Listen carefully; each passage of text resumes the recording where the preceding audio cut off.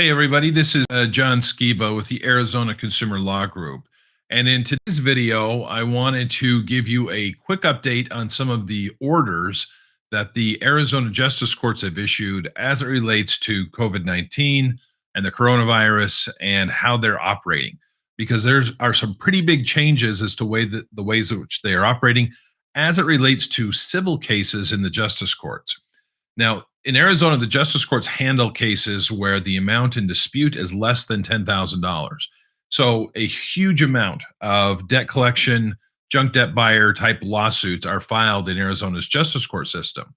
If you're dealing with lawsuits from companies like Midland Funding, Portfolio Recovery, Cavalry SPB, Unifund, some of these other debt collectors. I mean, even original creditors like American Express, Wells Fargo, Citibank, Chase, whoever it is, if there's a debt collection lawsuit and it's happening in the Arizona Justice Court, some of these orders that they have issued are going to change some of the deadlines and procedures for how that's happening. So I wanted to just go over those kind of briefly. I'm going to put a link on my website. My law firm website is skibalaw.com. It's skibalaw.com. But if you go to skibalaw.com/justice courts, you're going to see, I'm going to put a link to what I'm going to provide you for today, because there are a couple dozen justice courts in Maricopa County in Arizona alone. And surprisingly, they've each issued their own individual order. A few of them have clumped them together, but each individual sent out all these individual orders, and not all the procedures are exactly the same, which that's what I'm saying is a little bit surprising that they didn't just choose something uniform. But it is what it is. So I'll give you a link. Again, it's skibalaw.com/justice courts. You can get that information for your specific case if you have something pending before the court. But I wanted to go over a couple of these orders and let you know what I'm seeing. Now, as I went through there, one thing I did notice, if you have a trial coming up, whether it be a bench trial or a jury trial on your debt collection case, that's been continued. Now, the clerks of the court are supposed to reach out to you and let you know about that. But another thing I'm noticing in these orders is most of these courts are operating on half staff. So they only have half the number of staff members and clerks that usually are working there. And so that may be delayed as well. You may want to reach out to them and see and confirm if your case has been continued. But the trials have been continued, some of them 30 days.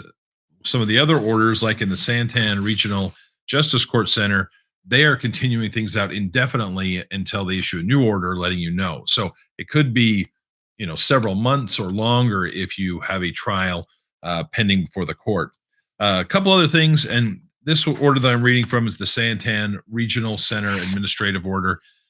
This court specifically has like the Kyrene Justice Court, Santan Justice Court, University Lakes Justice Court, as well as the San Marcos. And so all of these courts are located in the same building, but they're saying things like that the judges will liberally grant continuances during this period while this order is in effect, and they'll allow parties to appear by telephone or video conference where available. They're also doing something that, as an attorney, I love. They're allowing parties to email documents to the court for filing, and then you can make the payment online. That's been available through the Superior Court system for quite a long time, but the justice courts have not adopted an electronic filing system. So you'd have to contact the court and figure out how you can email some of those documents to them. That can reduce some of the cost and time, and just keeping you out of the public.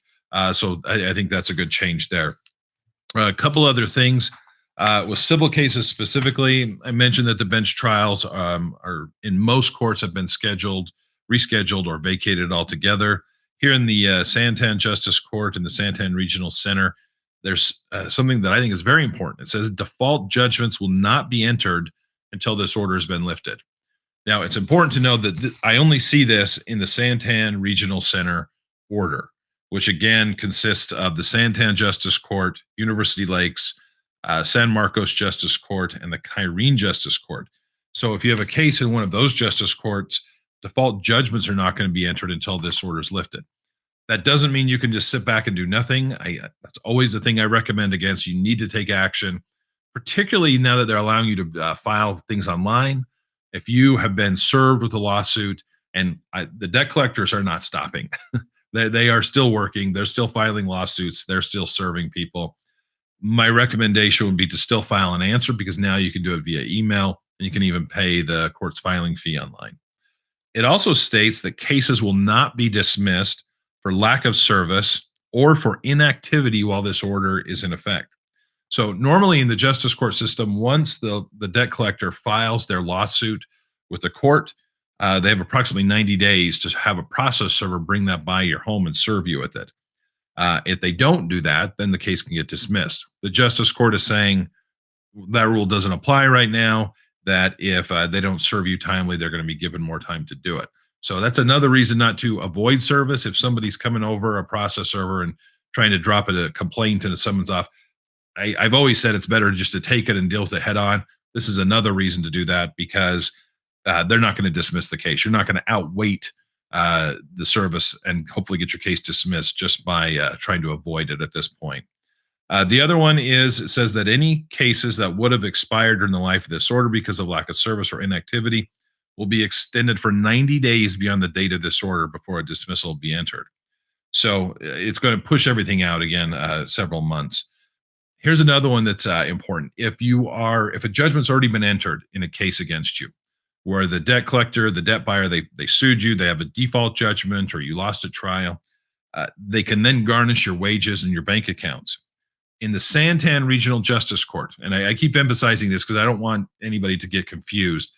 Other courts are not following these rules, and they are moving forward. But in the Santan Regional Justice Court, which again is Santan, University Lakes, San Marcos, and Kyrene, it says applications for writs of garnishment will be issued at the Justice of the Peace discretion. I know all these judges. I've appeared before them countless times. My personal opinion is we will not see a lot of writs of garnishment be signed off by the judges during this time period. Civil cases in general have we're kind of, low as far as priority of things. They have to deal with the criminal type cases first, eviction cases. The civil cases that they're dealing with, my guess is that the garnishment orders are not going to be issued during this time. That's just my opinion. It's not something I can guarantee, but this court, at least, they're going to leave that up to each individual judge if they will be doing those types of things. We also can look, there's been an order issued for the Downtown Justice Court region. This is the courts that are there are Arcadia Biltmore Justice Court, Downtown Justice Court, Encanto Justice Court, South Mountain, and the West McDowell Justice Court. If you have a case in any of those courts, the bench trials and the jury trials are continued at least 30 days, but they said it may exceed that. And they have an interesting order there. They said a temporary halt will be placed for civil and small claims matters that are pending in a court setting. Says this includes, but is not limited to, default hearings, garnishment hearings, and other civil related settings. So they're just saying civil case in general is just stopped in those particular courts in the Downtown Justice Court region, which again was Arcadia Biltmore, Downtown Justice, Encanto, South Mountain, and the West McDowell Justice Court. So if you have a civil case currently pending or a garnishment matter, or you're worried about your wages getting garnished in one of a debt collection case, head on over to skibalaw.com/justice courts. We'll have a link to all of these various orders there, and you can find your specific court and find out if it's still proceeding. Particularly if you have a trial pending, it's something you need to know because they may have pushed this out and you're not going to end up having it for quite a while. So head over and check that out.